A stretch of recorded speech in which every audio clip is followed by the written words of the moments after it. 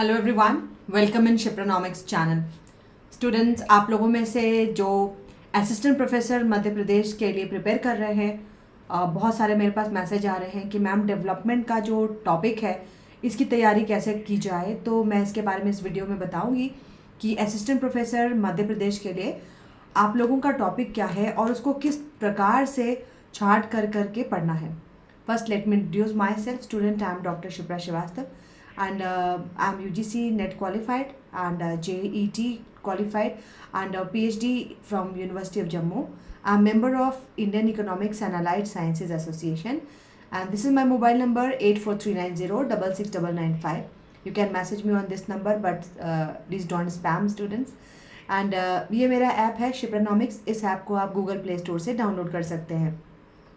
और एक इन्फॉर्मेशन आप लोगों के लिए भी बता दूं कि अभी मेरे ऐप पर असिस्टेंट प्रोफेसर मध्य प्रदेश की लाइव क्लासेस चल रही हैं, जिनको सब्सक्राइब करने के लिए आप मेरे ऐप को डाउनलोड कर सकते हैं या फिर मेरे नंबर पे आप मैसेज कर सकते हैं।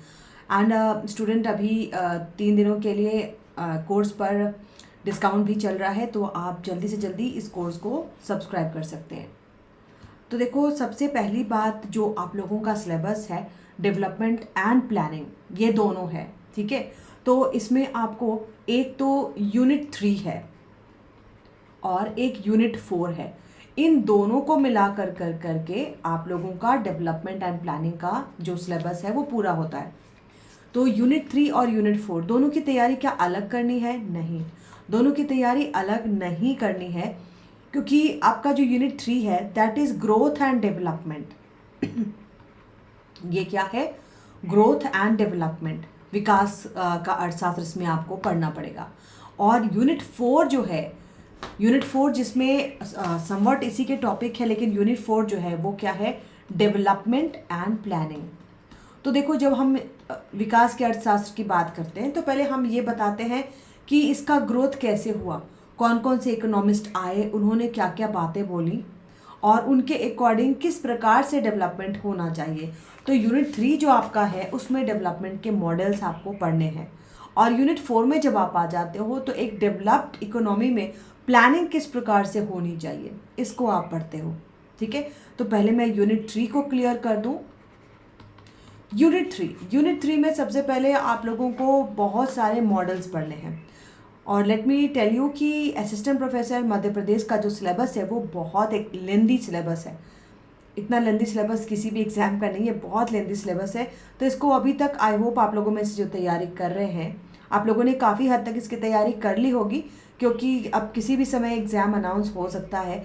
तो स्टूडेंट, एग्ज़ाम के लिए प्रिपेयर रहिए और डेवलपमेंट एंड प्लानिंग का जो टॉपिक है इसको जल्दी से जल्दी पूरा कर लीजिए।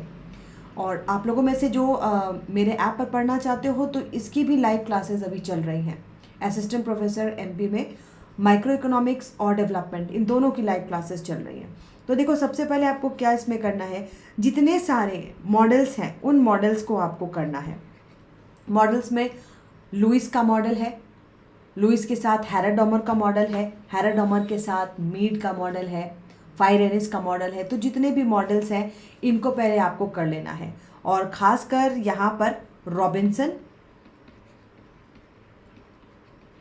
काल्डोर, मीड, लुईस,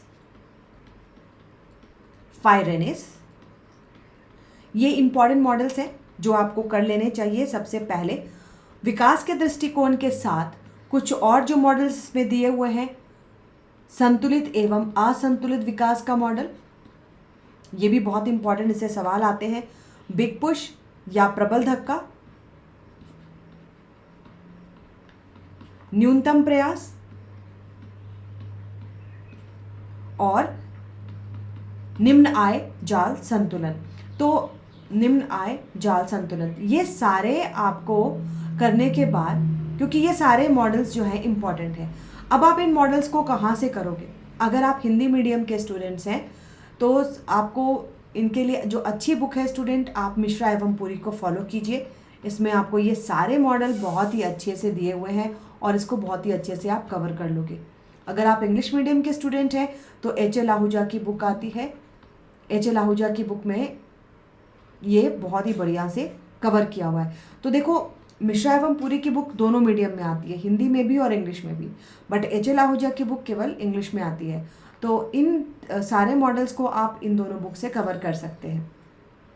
अब बात आती है यूनिट 3 में इसके अलावा क्या पढ़ना है। देखो, सबसे पहले तो सारे मॉडल्स को इकट्ठा कर करके पढ़ करके अलग कर दीजिए, क्योंकि यूनिट 3 में इन विकास के मॉडल्स के अलावा आपको पर्यावरण भी पढ़ना है।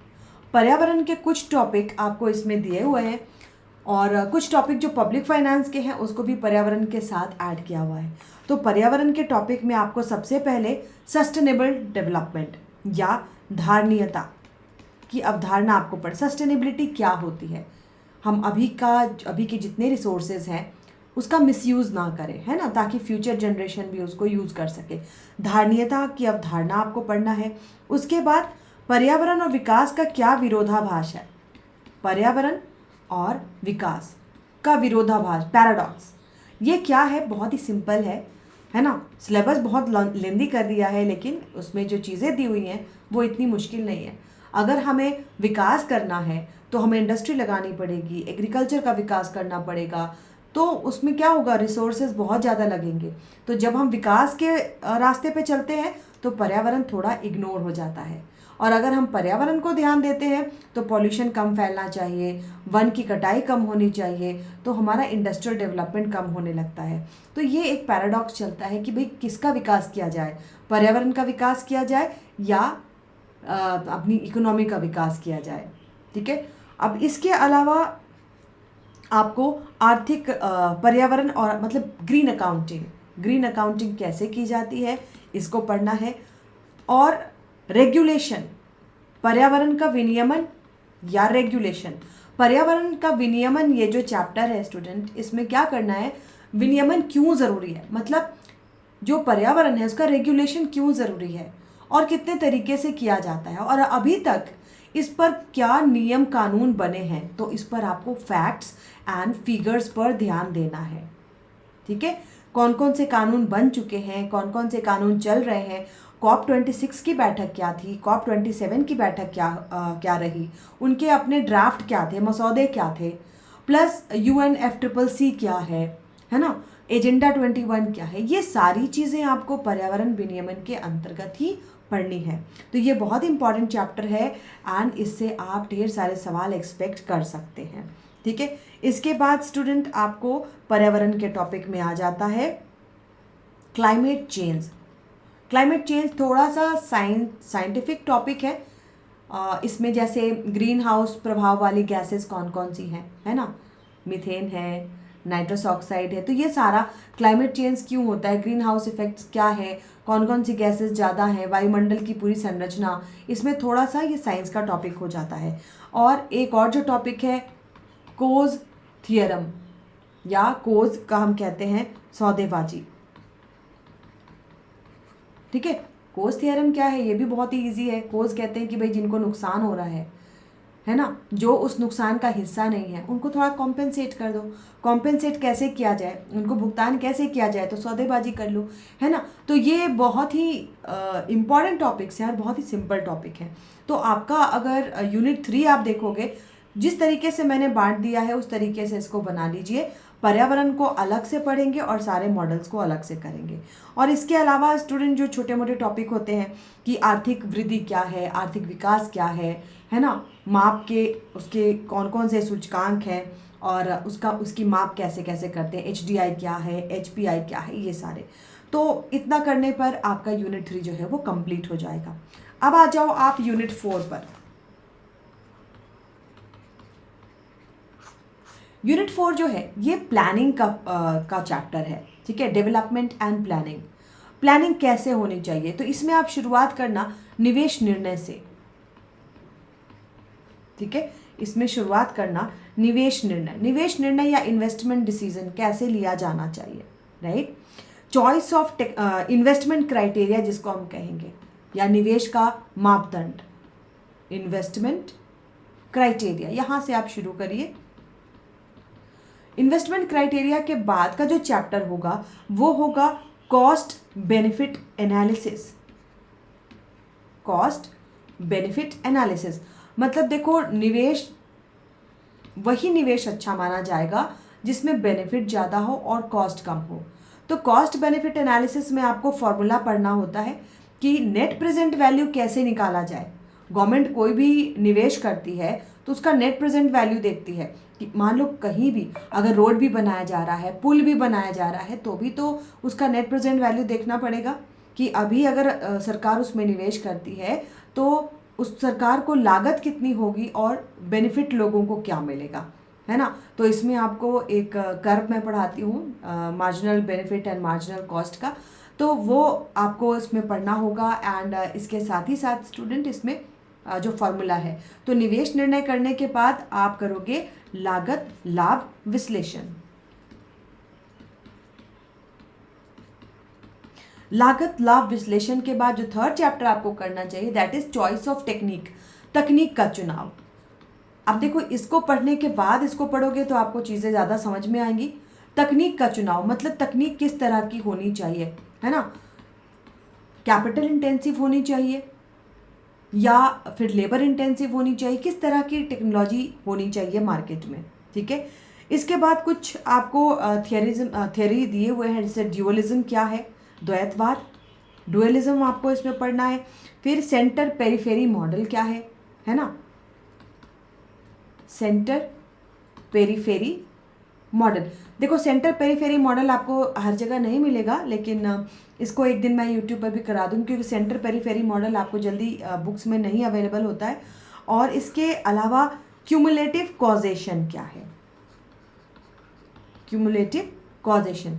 तो देखो जैसा मैंने आप लोगों को पहले भी नोटिफाइड किया है कि ये जो यूनिट 4 है इसको अभी मैंने कराना शुरू किया है। तो आप लोगों में से जिनको भी यूनिट 4 करना है आप ऐप को ज्वाइन कर सकते हो, क्योंकि ये अभी लाइव क्लासेस की चल रही है, जिसमें मैंने केवल निवेश निर्णय कराया है और लागत लाभ का विश्लेषण कराया है। तो ये तकनीक का चुनाव, dualism, centre periphery model, cumulative causation, ये सारी चीज़ें जो है वो बची हुई हैं। अच्छा, इसके अलावा देखो स्टूडेंट जो सिंपल वाले टॉपिक हैं, जैसे 5 ईयर प्लान, 5 ईयर प्लान को बहुत ही बढ़िया से किसी भी बुक से कर लीजिए, कोई प्रॉब्लम नहीं है। 5 ईयर प्लान में फर्स्ट प्लान में क्या था, सेकंड प्लान में क्या था, ग्रोथ रेट क्या थे, टारगेट क्या थे, जितने प्लान्स थे उसके दौरान क्या क्या हुआ, ये सारी चीज़ें आपको इसमें पढ़ना है। एंड इसके अलावा नीति आयोग, इन सबको करने के बाद आप importance of agriculture and industry in economic development, कृषि की और उद्योग की क्या भूमिका होनी चाहिए भारत के आर्थिक विकास में। तो देखो दो इट्स अ प्लानिंग चैप्टर, इसको हमें सिर्फ पढ़ना है कि क्या भूमिका होनी चाहिए, लेकिन कुछ इसमें डाटाज के साथ इसको हम ज़रूर पढ़ेंगे।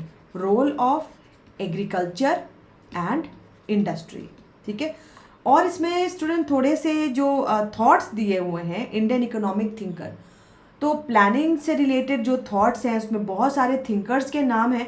इसको just go through this chapter, ये भी आपको हर जगह अवेलेबल नहीं है, इनको आपको कहीं कहीं से लेना पड़ेगा। लाइक गांधीयन थॉट आपको पढ़ना है, अंबेडकर, भीमराव अंबेडकर जी का थॉट आपको पढ़ना है।